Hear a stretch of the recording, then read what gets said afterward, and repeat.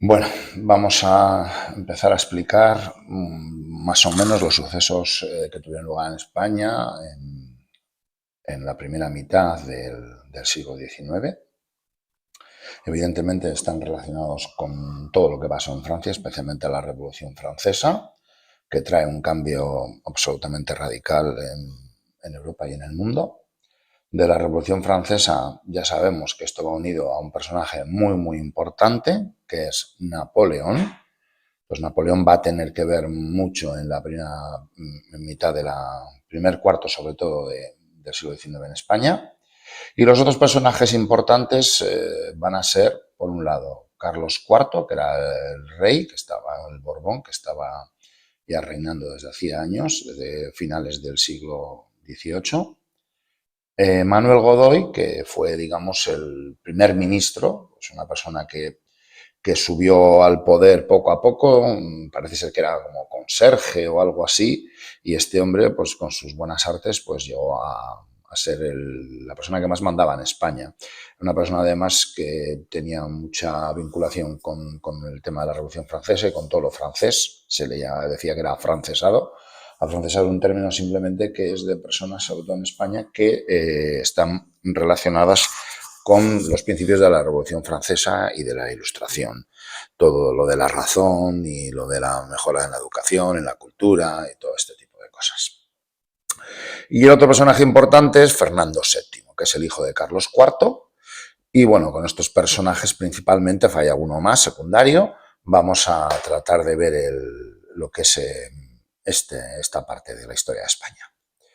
Bueno, habría que hablar, pues, primero de que, como he dicho, pues Manuel Godoy tenía esa relación con Francia, se acerca a Francia sobre todo porque al principio Carlos IV, que es un rey absolutista, intenta enfrentarse a Francia, pero España es un país que ya está bastante deteriorado, ya no tiene la misma fuerza de antaño y los franceses están muy fuertes. Y pues bueno, básicamente se ven obligados a hacer un pequeño tratado de alianzas con Francia, vamos a ser amigos y claro, el enemigo común es la pérfida Albión, es decir, Gran Bretaña o Inglaterra, como queramos llamarlo. Entonces todo esto va a cristalizar en un hecho muy importante en la historia de España, también es un hecho importante en la historia de Inglaterra, pues que es la batalla de Trafalgar. Ellos lo han celebrado mucho, los ingleses, para España fue una desgracia, puesto que en esa batalla fallecieron algunos almirantes y marinos muy importantes que eran personas muy válidas y que posiblemente, dado que en aquella época los militares solían dedicarse principalmente a la política, eran personas muy ilustradas y podían haber conseguido pues, haber redirigido la historia de España, que en esta época va a ir clarísimamente en decadencia. Bueno, tenemos también un hecho, este sí que es un hecho importante, es el Tratado de Fontainebleau.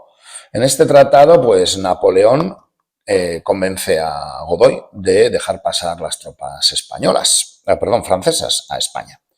Le va a convencer con la idea de conquistar Portugal, que es el aliado natural de Inglaterra, y pues le dice, oye, mira, dejadme pasar un ratito, que voy a pasar aquí rápidamente, voy a conquistar Portugal. De hecho, lo hace muy rápido, apenas hay resistencia y los reyes de Portugal acaban teniéndose que la dinastía Braganza acaba teniendo que irse a América del Sur. Ya sabían, en ese mapa de Portugal se ve como ya había un plan con un reparto, incluso hay una parte que le tocaba a la parte de abajo, parece que era para Godoy. Bueno, esto obliga a España, a permitir la entrada de las tropas francesas. Lo que sucede es que los españoles se mosquean un poco porque empiezan a ver que las tropas francesas empiezan a entrar en ciudades que incluso no están de camino de Portugal y empiezan a quedarse ahí. Napoleón es un tío bastante espabilado y si puede engañarte, te engaña. ¿Qué pasa? Que los reyes están alojados en Aranjuez. Aranjuez, que es una ciudad que está a unos kilómetros de Madrid, de la capital, y empiezan a correr una idea de que se van a marchar y de que posiblemente les pase lo mismo que a los reyes de Portugal. Bueno, en realidad estaban ahí ya los antifranceses pues metiendo baza para que ocurriera algo y se produce lo que es el motín de Aranjuez. Con el motín de Aranjuez, lo que va a acabar ocurriendo es que la corona de Carlos IV pues, va a pasar a Fernando VII. Carlos IV abdica en su hijo. Bueno, esto ocurre en 1808 y seguidamente a esto, pues lo que va a ocurrir es un levantamiento en el 2 de mayo, porque en este caso, ya con posterioridad al motín de Aranjuez, Napoleón mandó llevar tanto a Carlos IV como a Fernando VII, los mandó llevar a Bayona. Entonces, cuando las tropas francesas iban a llevarse a los reyes, el pueblo madrileño se alzó en armas. Es así como se comenta, pero como ya os he comentado un poquito antes, ya estaba la cosa calentita y ya la gente estaba muy mosca con los franceses. Aquí aparecen dos cuadros que representan bastante bien históricamente este hecho. El primero es la carga de los mamelucos. Los mamelucos son unos mercenarios egipcios que trabajaban para Francia, evidentemente, y bueno, pues la verdad es que sacudieron de lo lindo. Entonces eso ocurrió durante el 2 de mayo y esto que tenemos aquí es otro cuadro. Los dos son de Goya, de Francisco de Goya y Lucientes, el pintor de Fuendetodos, Zaragoza. Pues ahí en este segundo cuadro, en el cuadro donde son los fusilamientos del 3 de mayo, pues lo que representa es la represión que se produjo con las personas que se levantaron en contra de los franceses. Bueno, continuando, eso que os he comentado, que Napoleón mandó llamar a los reyes para Bayona. Bayona es una ciudad que está ahí en la frontera, y los reunió. Y este es un grabado de la época en el que se representa el mamoneo que hubo en aquellas reuniones. Se cuenta que incluso la reina María Luisa le decía a Napoleón que matara a su propio hijo porque era un bellaco.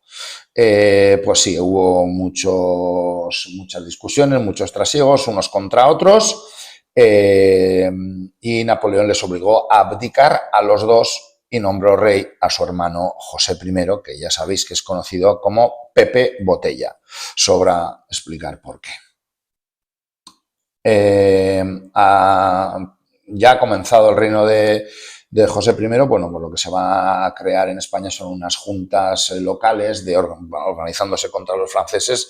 Ya está claro que el pueblo español ya ve claro que el gobierno se ha perdido, que ha pasado a manos de los franceses. José I viene a España y las juntas locales se van creando en diferentes sitios. Y se crea una junta en Cádiz, que es, digamos, Cádiz es la parte más abajo de España, es donde más difícil lo tienen los franceses para llegar, y ahí se crea la Constitución de 1812. Este es un hecho muy importante, es la primera Constitución española y es una Constitución que tiene algunas características muy destacables, sobre todo es una Constitución progresista, la soberanía reside en el pueblo, se dividen claramente los poderes, la división de poderes es muy claro, el sufragio es universal masculino. Bueno, donde pone indirecto es porque no se vota realmente a los presidentes, sino que tú votas a unos representantes, como se vota ahora, que se vota a unos diputados que son los que van a elegir el presidente. Y aparecen muchos derechos individuales que antes no existían. Se mantiene una relación preponderante de la religión católica porque se considera que España es un estado confesional. En estos momentos está España, con la Constitución de 1978, es un estado aconfesional. Significa que no hay ninguna religión y se respetan todos. Pero bueno, estas cosas sobre la Constitución de Cádiz son muy importantes y muy innovadoras. Bien, retomando un poco el nombramiento de José I, hay que indicar que se va a producir pues, lo que se conoce como la Guerra de la Independencia. Como pone ahí escrito, pues se produce un alzamiento el 2 de mayo y empiezan las primeras batallas. Rápidamente hay una gran batalla, una gran victoria española en Bailén, es una batalla tremenda, muy grande. Es la primera derrota a campo abierto en la historia de las tropas napoleónicas. Cuando se refiere por campo abierto, se refiere que esa típica batalla oficial, digamos, un ejército frente al otro. Entonces, bueno, es un gran éxito. Esa sería la primera etapa, pero bueno, a pesar de ese triunfo, se va a producir un gran dominio de los franceses. Van a sitiar varias ciudades, es muy famoso el sitio de Zaragoza, y las van a acabar reduciendo. Entonces va a empezar una forma de guerra que es la guerra de guerrillas. Algunos muy famosos son el empecinado o Espoz y Mina. El empecinado creo que era un fraile o algo así, eran personas pues tipo bandoleros pues que atacaban a las tropas francesas. En España hubo una serie muy representativa de esto que se llama Curro Jiménez. Con cualquier capítulo de Curro Jiménez también os podéis hacer una idea de cómo iba ese sistema. Bueno, finalmente van a entrar sobre todo Inglaterra y sobre todo el general Wellington, y las tropas españolas van a conseguir echar a los franceses. Es verdad que también se ha producido a la vez la invasión de Rusia y Napoleón tiene que dividir sus tropas, está muchísimo más debilitado, pero sobre todo en la batalla de Vitoria, la de San Marcial ya es la última, pues es donde van a quedar derrotadas las tropas napoleónicas. Es muy famosa una obra de Beethoven sobre la batalla de Vitoria, que de ahí se ha extraído la musiquita para lo de Mambrú se fue a la guerra.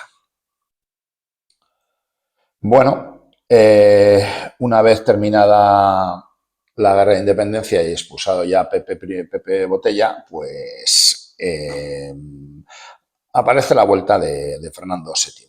Fernando VII es conocido como el deseado, pero también por algunas personas es llamado el Mastuerzo. El Mastuerzo porque posiblemente sea el peor rey, el peor gobernante que ha tenido España. Volvió para gobernar jurando la Cortes de Cádiz, perdón, la Constitución de Cádiz, pero se la pasó por el forro. Y la retiró enseguida y empezó a perseguir todas las manifestaciones de los liberales. El hartazgo de los liberales llegó al punto que en 1820 el general Riego dio un golpe de Estado y estuvo 3 años gobernando hasta que Francia le proporcionó la ayuda. Ya Francia ya había terminado con Napoleón, ya había terminado todo, y en 1923 los franceses entran en España. El ejército francés se llama los 100.000 hijos de San Luis. No eran 100.000, pero bueno, eran unos cuantos.